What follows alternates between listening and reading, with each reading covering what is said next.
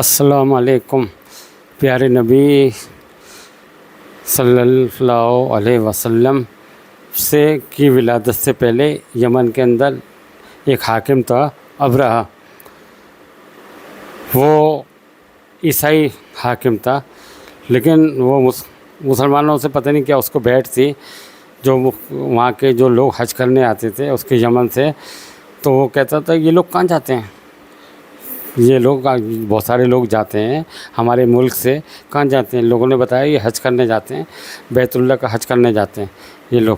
اور سال میں ہوتا ہے ایک بار حج ہوتا ہے، تو یہ سب لوگ اسی لیے جاتے ہیں۔ تو اس کے اندر اتنی حسد تھی، اتنا بغض تھا اس کے اندر، اس کمینے کے اندر، اس نے کہا کہ میں ایسے ہی بیت اللہ اپنے یہاں بناؤں گا۔ اس نے لوگوں سے پوچھا کہ بیت اللہ کیسے بنتا ہے، وہ کس چیز کا بنا ہوا ہے؟ انہوں نے کیا پتھروں کا، انہوں نے کیا اس کے اوپر کون سا کپڑا لپٹا ہوا ہے؟ اتفاق سے وہ کپڑا وہیں سے آتا تھا، یمن سے دھاری دار کپڑا تھا جو بیت اللہ پہ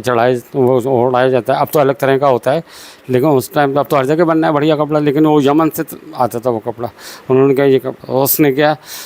قسم کھائی، اس نے میں یہیں پر ہی بیت اللہ بناؤں گا۔ اس نے اپنے ملک میں ہی اس کو تعمیر کری، اور جیسا نقشہ تھا اسی حساب سے اس کو بنایا، اور ہر طرح کا اس کے اندر پتھر اور سونا چاندی جتنا بھی خوبصورت کر سکتا ہے۔ آخر حاکم تھا، کوئی ویسا نارمل آدمی تو تھا نہیں جو کوئی کمی رکھے گا، ہر چیز کی اس نے کوئی کمی، مطلب جو ہر طرح کا کپڑا اڑا، یہ کر وہ کر، اور خوشبوئیں ملی جاتی تھیں، بڑے کون سے عطر استعمال کیے جاتے تھے دنیا بھر کا، اور لوگوں سے کہہ دیا کہ اب تمہیں کہیں جانے کی ضرورت نہیں ہے، تم یہیں پر ہی کرو۔ اور کچھ سالوں تک لوگوں نے ایسے ہی کرا، کچھ قبیلے وہاں پر آتے تھے، اعتکاف کر رہے ہیں، بیٹھے ہوئے ہیں اور حج کر رہے ہیں، وہ ویسے کے ویسے ہی اپنے کر رہے ہیں۔ تو ایک عرب کا ایک لڑکا تھا، نام مجھے یاد نہیں ہے، تو اس سے یہ برداشت نہیں ہوا، تو اس نے کہا تھا قسم اللہ کی میں اس کو ایسا کر دوں گا کہ اس لائق رہے گا نہیں کہ لوگ بار اس میں وہ کریں، حج کریں۔ تو اس نے پتہ نہیں کہاں سے گندگی لا کر کے پورے اس کے اندر جو اس نے بنوایا تھا آرٹیفیشیل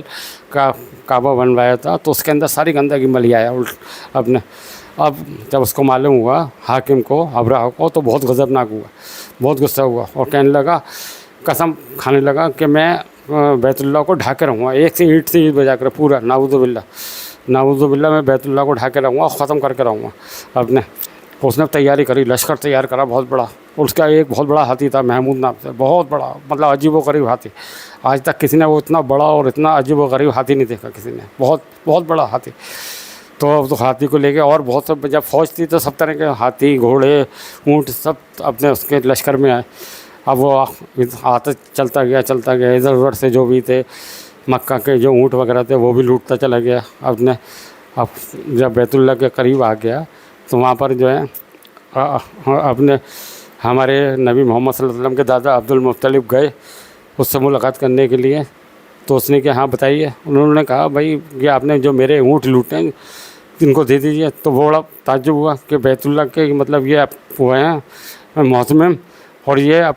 بیت اللہ کی بات نہیں کر رہے ہیں، یہ اپنے اونٹوں کی بات کر رہے ہیں۔ انہوں نے کہا دیکھیے اونٹوں کا مالک تو میں ہوں اور بیت اللہ کا مالک اللہ ہے، وہ اپنے گھر کی حفاظت خود کر لے گا اپنے۔ اور پھر بعد میں وہ بیت اللہ سے چپٹ کے بہت روئی بھی اور دعا بھی کری، یا اللہ تو ہم اس قابل نہیں ہیں، تو اپنے بیت اللہ کی حفاظت کر لے، یا اللہ تو اپنے بیت اللہ کی حفاظت، تو خالق ہے، مالک ہے، رازق ہے، ہر طرح سے روئے، بہت گڑ گڑائے اپنے کہ ہم اس لائق نہیں ہیں، تو اپنے گھر کی حفاظت کرنا خود جانتا ہے اپنے۔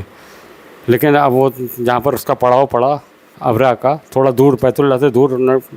اس کا ہاتھی بیٹھ گیا۔ دیکھیے اللہ کی مصلحت، دیکھیے مطلب اللہ کے آگے ساری چیزیں فیل ہیں، کہاں اتنا بڑا ہاتھی اور کتنا بڑا بادشاہ، سب کچھ سب اللہ کے آگے فیل ہیں، کوئی اللہ سے جیت ہی نہیں سکتا۔ اب ہاتھی کو آگے بڑھائیں تو بڑھے نا، دنیا بھر کے اس میں نیزے میزے کیا کیا مارے گئے، اس کو مطلب بھالے ترشول مارے گئے، لیکن وہ آگے بڑھنے کو تیار نہیں۔ لیکن اس کو شام پیچھے کی طرف چلائیں یمن کی طرف تو بھاگ رہا،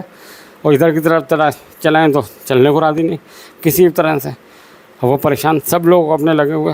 کسی طرح سے وہ ہاتھی چلنے کو۔ اتنی دیر کے اندر دیکھتے ہیں کیا ہے، اللہ تعالیٰ نے چڑیوں کو بھیجا،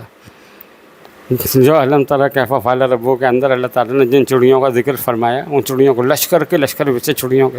اور ان کی چونچ میں پنجوں میں کیا ایک چھوٹی سی کنکری تھی، اور وہ کنکری ایٹم بم کا کام کر رہی تھی، وہ کنکری جیسی پڑتی تھی جسم میں، جسم گھل جاتا تھا